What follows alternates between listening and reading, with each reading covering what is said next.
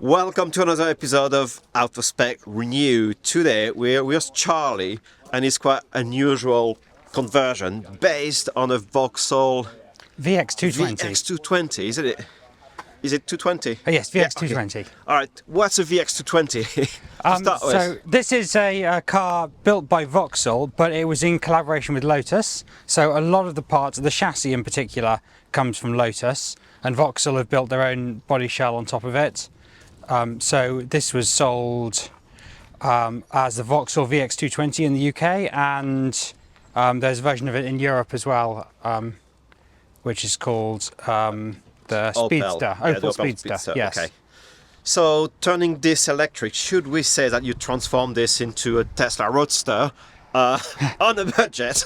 Well, it's quite a similar concept. It uses the same, at least to begin with, the same chassis. Yeah. I don't know what modifications Tesla did, but it's a very similar concept on a very similar base chassis. So, and also yes. You use a Tesla drive unit. Yes. So this uses the small rear drive unit from a Tesla Model S, which is just directly in the rear. Tesla drive unit. It's been modified, so it uses the open inverter control board, and then the open inverter software, which I modified myself to get a bit more performance and stability out of it. Okay. Could you show us the drivetrain, or as much as we can see? So there's very little of the drivetrain you can see, unfortunately, because the under trays cover. If you look underneath the car, you can see as much as possible of the gearbox. That's probably the best place to start.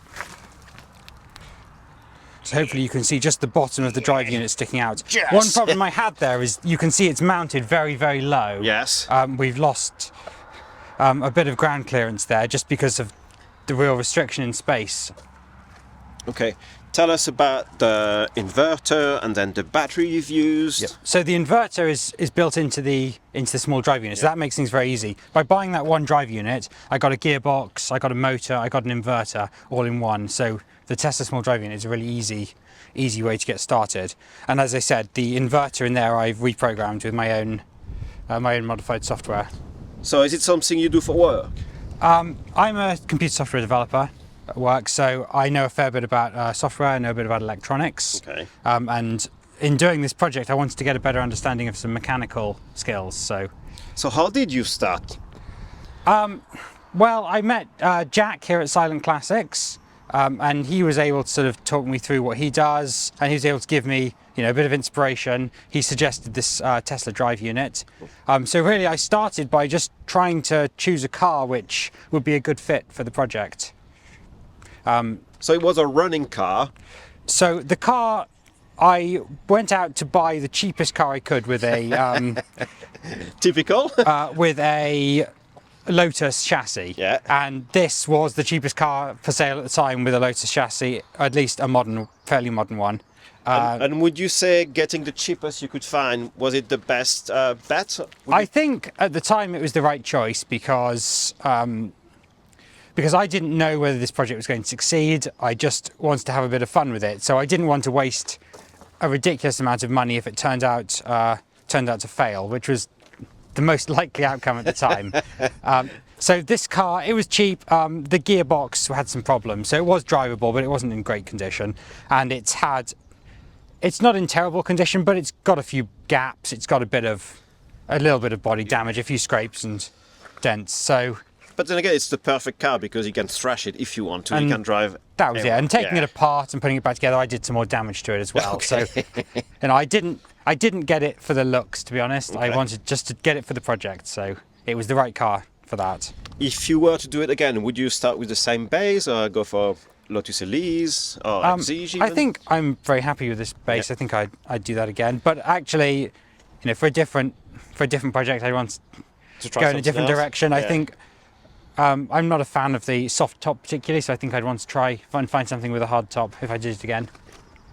Going back to the battery, I don't think you answered the question about the battery modules. Yes. The battery modules are from a Volvo XC90 hybrid. Okay.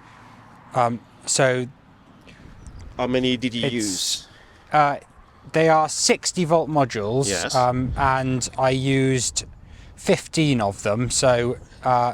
5 in series to give 300 volts, yes, and then 3 parallel strings. Okay. So what type of range and horsepower do you use? The 200 kilowatt from the drive unit? Yeah, the drive unit is rated at 200 kilowatts, but because the hybrid batteries aren't quite capable of that, I run it 150 kilowatts peak. Yeah. So is it around the same power you would get from the original car? Yes, maybe a bit more. So that's 150 kilowatts is about 200 horsepower peak. The original car was 150, I think. So That's it. Okay. Yeah. It's a bit more than that, and the acceleration has improved certainly from the original car. Yeah, we'll check this in a minute. Yes. So those Lotuses and Vauxhall and Opels, they're fairly light. Yes, did you weigh this after the conversion? I haven't weighed it. So the original car was, I think, about 950 kilos. Okay. And according to the calculations I've done, I've probably added about another 100 kilograms to it. So it's just over a ton. A ton, now. okay, all right. But not a huge increase because I didn't use a huge battery pack. I didn't mention the battery pack capacity is about 20 kilowatt hours, so quite small. And the range, as a result, the range is only 80 to 90 miles maximum. So it's designed for having fun rather than distance. What type of charger did you use? So the charger is a brand new charger. It's a Chinese device. It's an integrated charger and DC to DC converter. Okay, nice one. Which I ordered new from China. I can't remember what the company's called off the top of my head, but it's a water-cooled device, and it does everything, and it does make that process very simple, having that all in one unit. Do you have one or two cooling system in the car? It's a single cooling loop. So I reused the original radiator from the Vauxhall, and I ran a single cooling loop through the original radiator, and then that runs through the charger and through the inverter. And I didn't cool the batteries in this car because I didn't implement fast charging. Yeah. And after my testing, the batteries just don't suffer with heat. Okay. There would have been a benefit potentially to adding warming for the batteries to allow charging in freezing temperatures, but I haven't done that. Okay. But do you drive this year round? Yes, I do, yeah. Oh, nice, yeah. What about braking? Did you upgrade the brakes? No, the brakes are completely original. Okay. The only change is that I had to implement an electric brake booster. Okay. What did you use? I just found a custom-made device. I think I found it on eBay. It was a device that's designed for sort of small electric vehicles like go-karts. Nice. And it's just a vacuum pump with a storage tank all integrated, and that is a drop-in replacement for the brake booster, and that works very well. The only downside of that is that it's quite loud. So while the rest of the car is completely silent, you certainly hear the brake booster pump running when it's driving. So from the outside, the only way to know this has been converted is from the lack of exhaust system. Yeah, and there's a green stripe on the number plate. So anyone in the UK might recognise there's a green flash on there, which means it's now electric.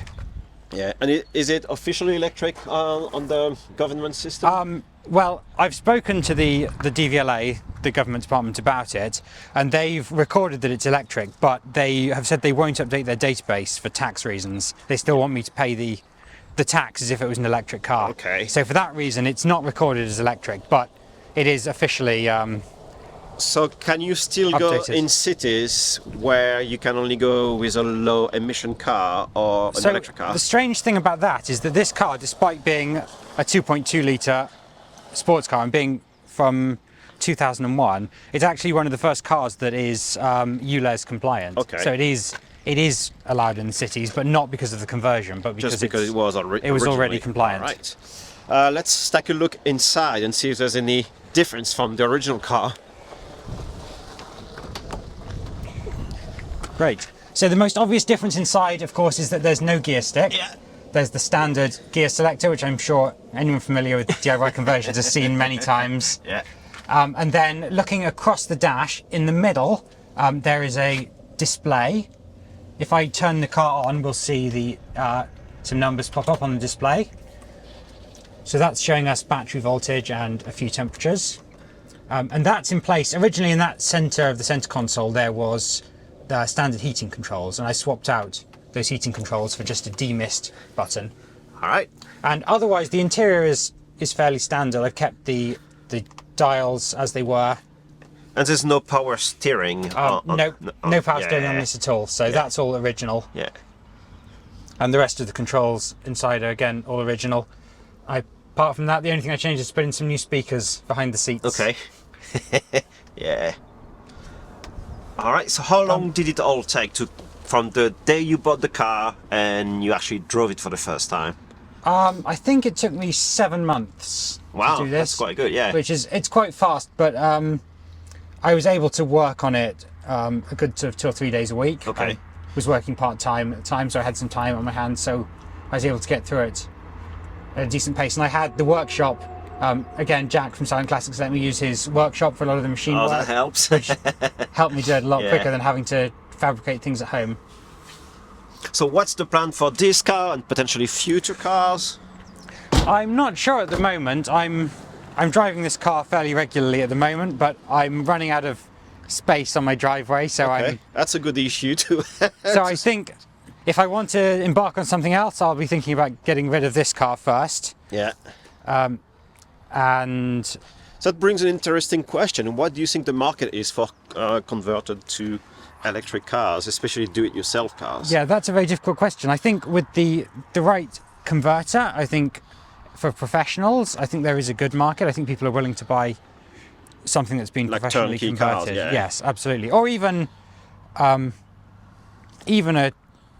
just a bespoke car, but the one that's been done by a professional and has got some idea that it's going to last. Whereas a DIY car like this, I would say anyone buying it would have to know a lot about it. Yeah. They'd be taking the risk and doing the repairs and things themselves, and having to understand somebody else's project is always a problem when selling a car. Which would be the case even if it was an ICE car, like a modified Yes, absolutely. ICE car. And I yeah. think the same problem exists in the market with modified ICE cars. I think people are very reluctant to buy someone else's project Yeah. for that reason. Yeah.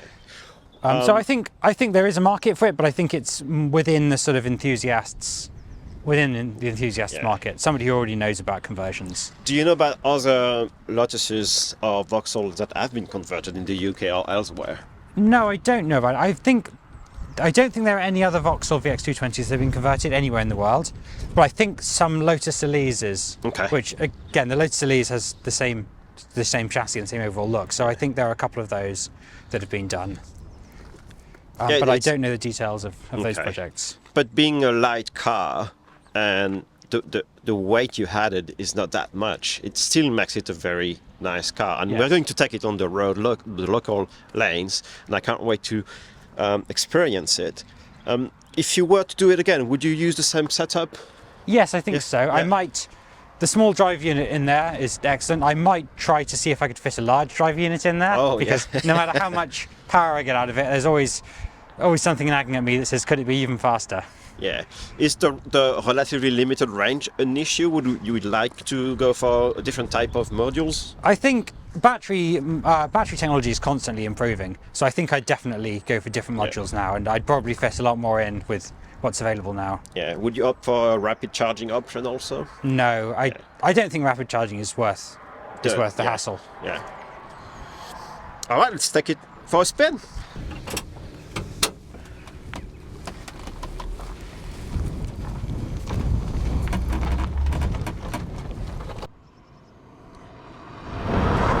All right, Charlie, so how many miles have you done since you converted the car?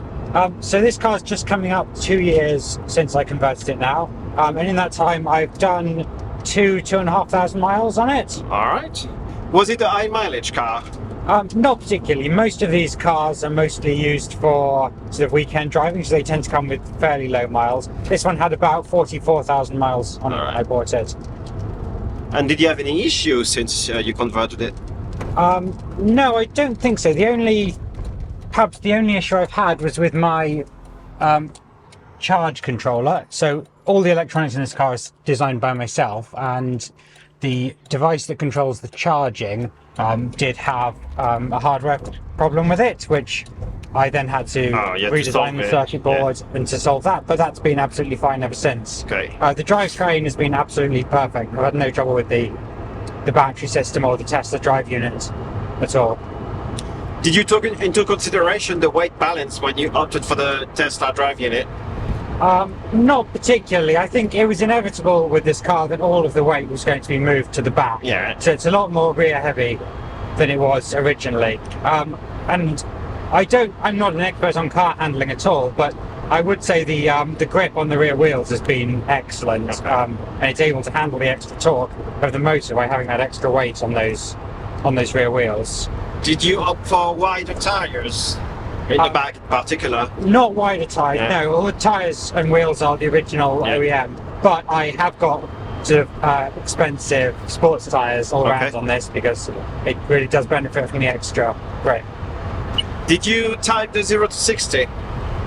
Yep, so when I first got the car, I was running fairly stock settings on the drive unit, and it started out at about 7 seconds, 0 to 60. And then by sort of over time, sort of carefully tuning the settings and things, I've now got that down to about 4.5 seconds. All right. So it's quite Yeah, quick off yeah, the line now. yeah. And with the 300 volt battery, the speed tops out, or the torque sort of tops out at about 50 to 60 miles an hour. Okay, So yeah. it can go faster than that, but you get that real hard sort of continuous torque up to about 50 to 60 miles an hour. Excellent. Let's go back to the heating system and the solution you opted for. Okay, so the original car obviously had a heater matrix that ran with the the water heat from the engine. And in order to convert to electric, I was able to buy a PTC heater matrix, which is about the same size and shape as the original heater matrix. And that's a 3 kilowatt heater that I've just dropped in place of the original heater matrix. And on the dash, as I mentioned earlier, where the heater controls were on the dash, have now been replaced with a simple demist button. So that activates the 3 kilowatt PTC heater and the fan, and that puts out a decent amount of heat. The original heater system in this car was awful. Everybody complains about that. Okay. Yeah. And the new system is just about as good as the awful original one. So Yeah. this isn't really a winter car, but the heater does its job, and it means I can demist the windscreen when I need to. And before you started in this journey, did you get any training, especially in high voltage? No, I've sort of taught myself electronics, and I very much sort of taught myself to be safe around electrics, and just tried to sort of look up information where I could. But otherwise, it's all been very much self-taught. All right. So going back to this project, could you give us a rough idea how much it cost to convert the car like you did? So to begin with, buying the car itself, I said I bought the cheapest one I could. This car cost me £9,000. So about buy. $11,000. Yeah. And then on top of that, overall, it's cost me about £10,000 in parts Okay. to do the conversion. So that would be a total of, say, about $25,000 US. Yes, that's about right. For the whole car to buy it and convert it. And that's based on the fact that I didn't really have to buy any tools because, again, I had the use of a garage that had lots of useful metalworking and sort of electrical tools in it. So I saved a lot of money. Whereas a lot of DIYs might have to buy a lot of tools as they go along. I was able to save money by using the workshop with existing tools. Do you have any recommendation or tips for someone that would like to do the same thing on the same platform, or any EV conversion actually? Nothing specific. The best tip that I always give everybody is to head online and look at the forums, especially if you can find on a forum somebody who's converted the same car that you'd like to convert. People can be extremely helpful on those forums, and everybody wants to show off the details of their own projects. So you can learn a lot just by going through those forums and seeing what other people have done and following along. Otherwise, ask a lot of questions and do a lot of research, I think, is the best tip I can give. So where have you shared your experience building this car?